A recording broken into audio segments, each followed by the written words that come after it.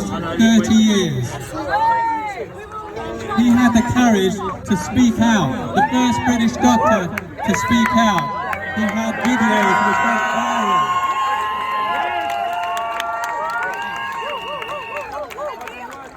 He was called by the GMC because of his videos. They didn't like it. He was telling the truth.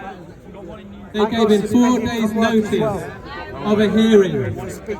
He asked for time to prepare his case and to instruct counsel. The GMC refused. When the case happened, 4 days later, they presented him with documentation, 247 pages of charges. And they said, you've got 90 minutes to read this and prepare your defense. 90 minutes later, they stripped his license away. Boom. Despicable behavior by the GMC. Anyway, I'd like to introduce my dear friend, Dr. Adil.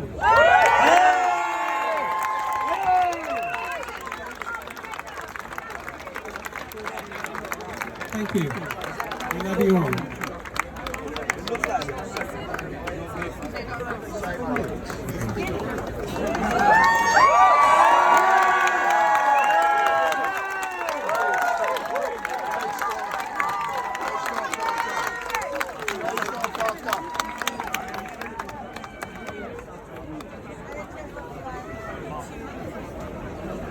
Ladies and gentlemen,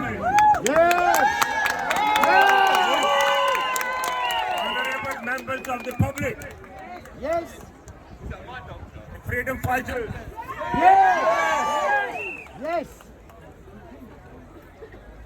the law and order binding authorities. First of all, I would like to introduce myself.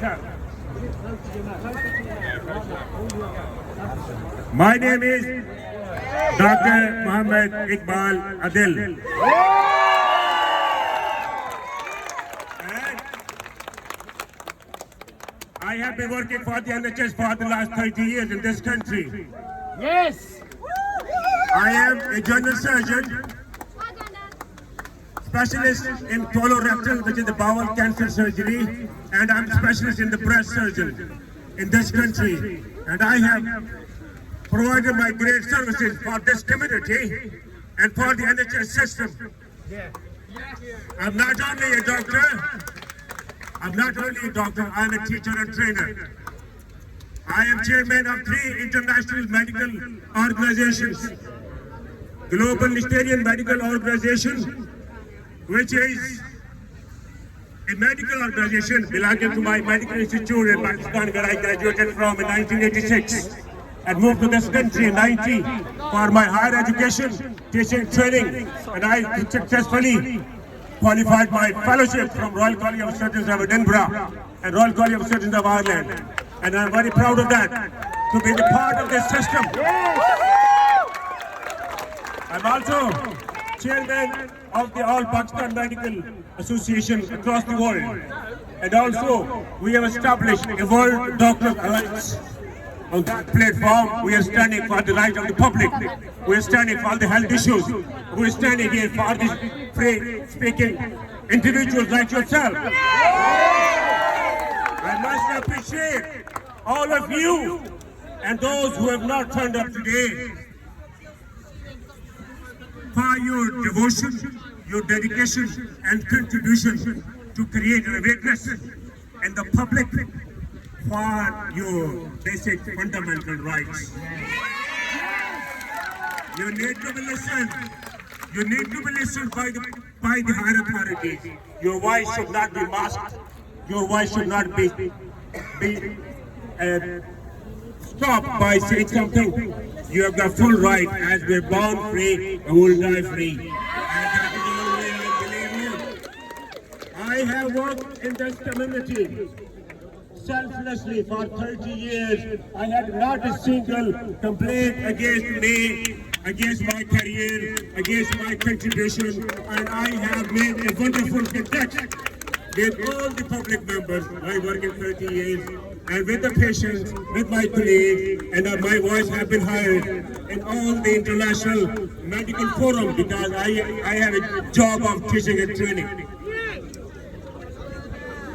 I'm grateful to Pierre Corbin, a friend of mine who is very honorable, and John Carlton, who has invited me to come and speak up what is actually happening and what is the way out.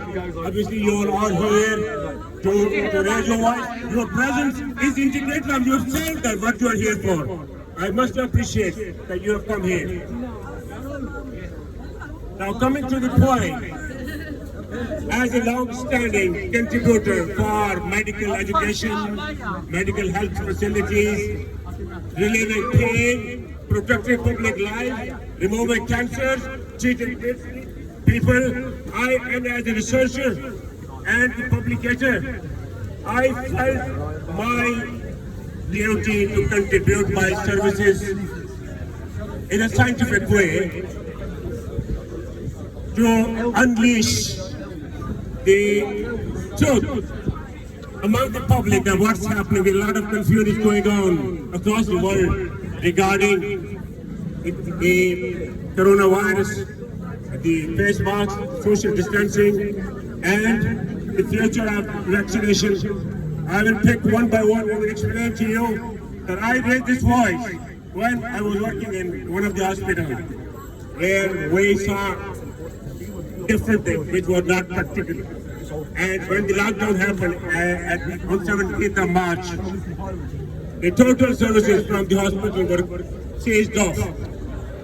There was all the investigations and treatment of millions of people who were waiting for that. I've got figures. January 2020, there were 3.5 million people waiting for the investigation and treatment under the NHS. Out of that, there were 780,000 patients. They were on 18 weeks wait rule. I'm talking about January. But now, what happened was, as the lockdown came, by 23rd of March, that actually pushed everything backward, and people were feared to come to the hospital. And the way Imperial College had dictated their biological, mathematical false data that there will be 8 million people rushing to the hospitals for their treatment, and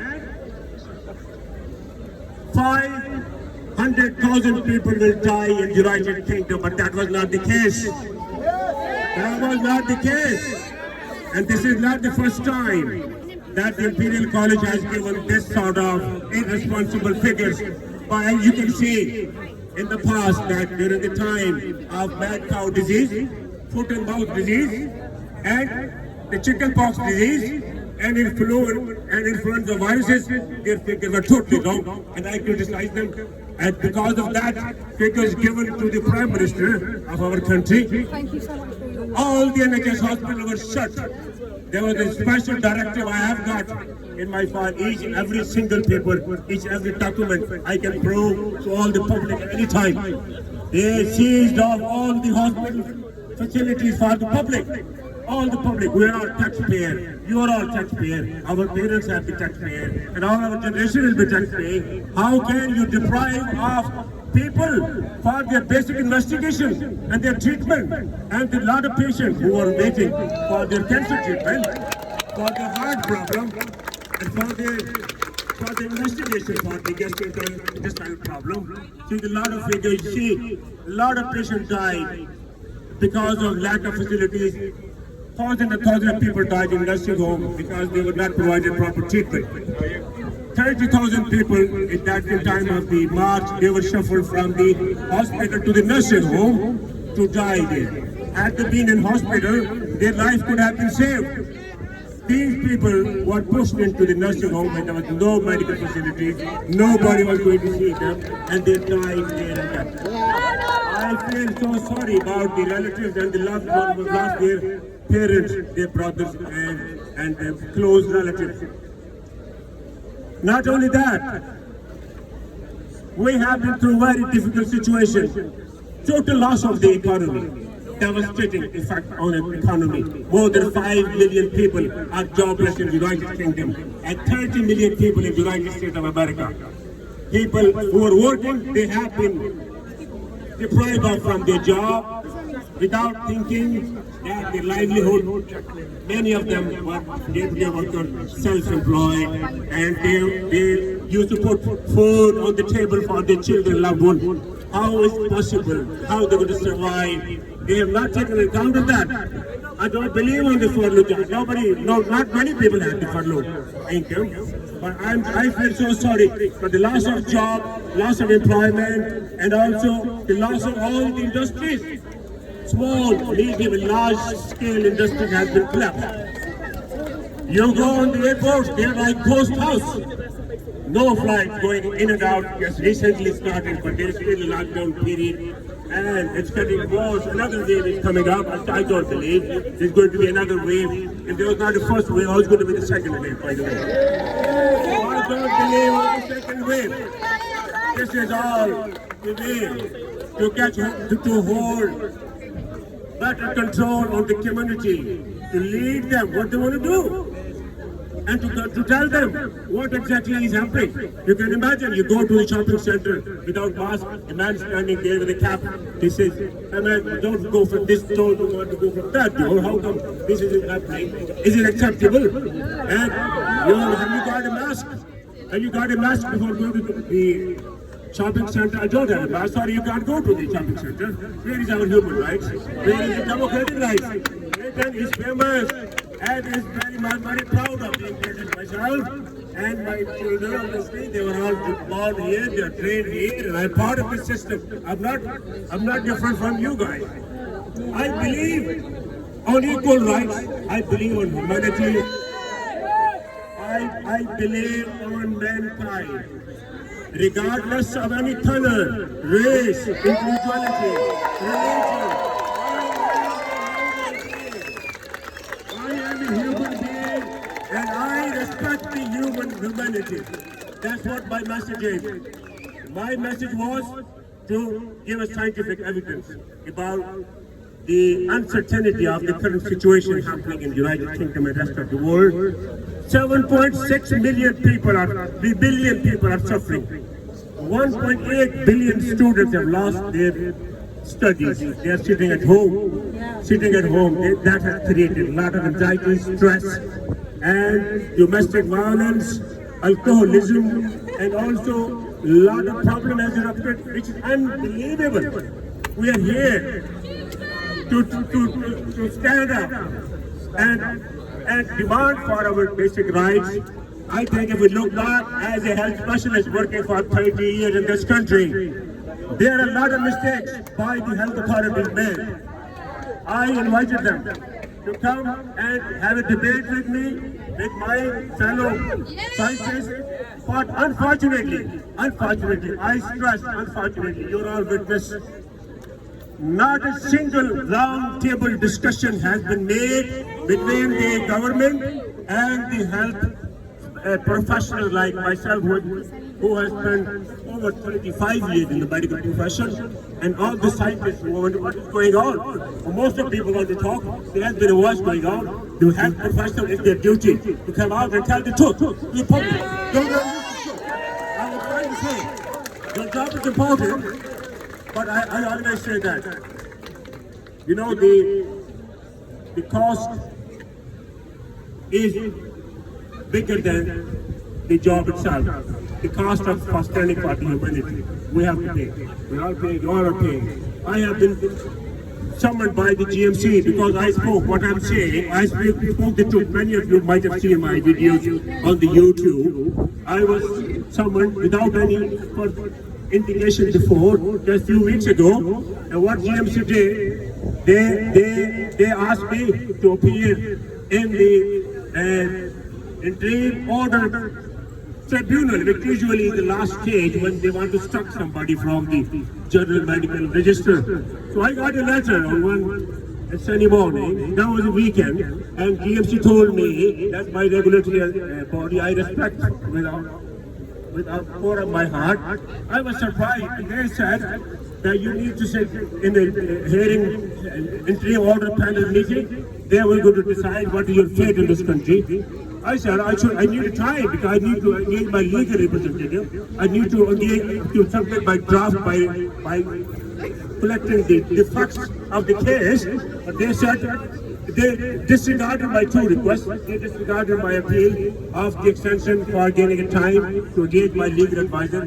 Within 4 days, they asked me to come on the hearing meeting, which took place without my will, without my consent, without my agreement, because I was not prepared. I didn't know that that's going to impact on my career so much. They called a meeting on the Skype, and there they passed their order, by the interim order panel, to suspend me for 12 months. 12 months. It means I lost the job. That is a discredit to my professional career and for my abilities. And I am chairing 3 international medical conferences, the organizations. That is also disrepute coming on me, but it's not disrepute. People know, you know, and I know where we're standing. We're standing for the truth. I'm not scared. One thing I would like to say, a lot of medical professionals are coming on board. They are sick of it. What's happening is not acceptable. At the moment, the last figure I tell you, I've been asked by my colleague to somebody else. I really honor that. From it, I like to tell you that at this stage, there are 5.5 million patients are waiting for their investigation and treatment. Patients who are not in their bowel cancer surgery, patients who have not been breast surgery, patients who are not in investigations and treatment, patients who are not in radiotherapy and chemotherapy after the cancer, and patients who have not been investigated for their benign and malignant diseases. They have been waiting, and the NHS figure is 5.5 million people are waiting, and NHS, our bosses say it will take 5 to 6 years to clear the law. I don't think the NHS future is going to be any bright in this country. You got to prepare on that. What's going to happen? I have raised my voice. I have no shame. They can't silence me. They can't. I reassure you, all the medical professionals are with you. Even nurses, medical doctors, paramedics, they are working very hard.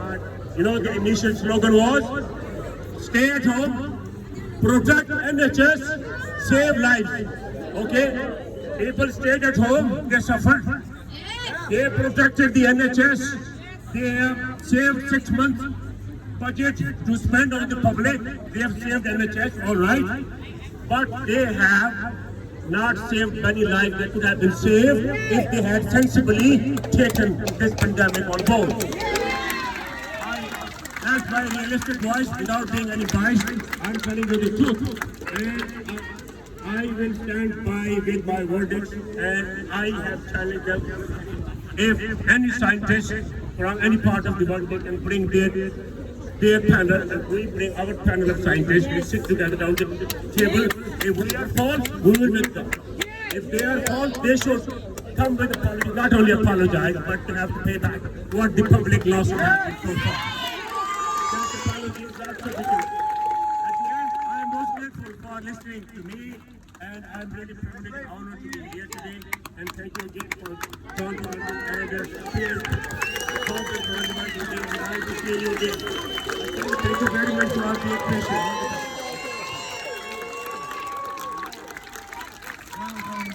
Well done. And then we have the next one.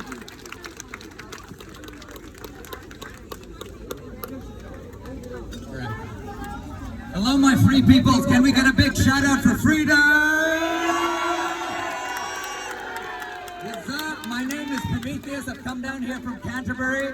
I'm a meditation teacher and an engineer, and today we are going to do a meditation to visualize the fact that we are going to win this information war, that we are going to change this world, and we are not going to stand by and put up with this bullshit any longer.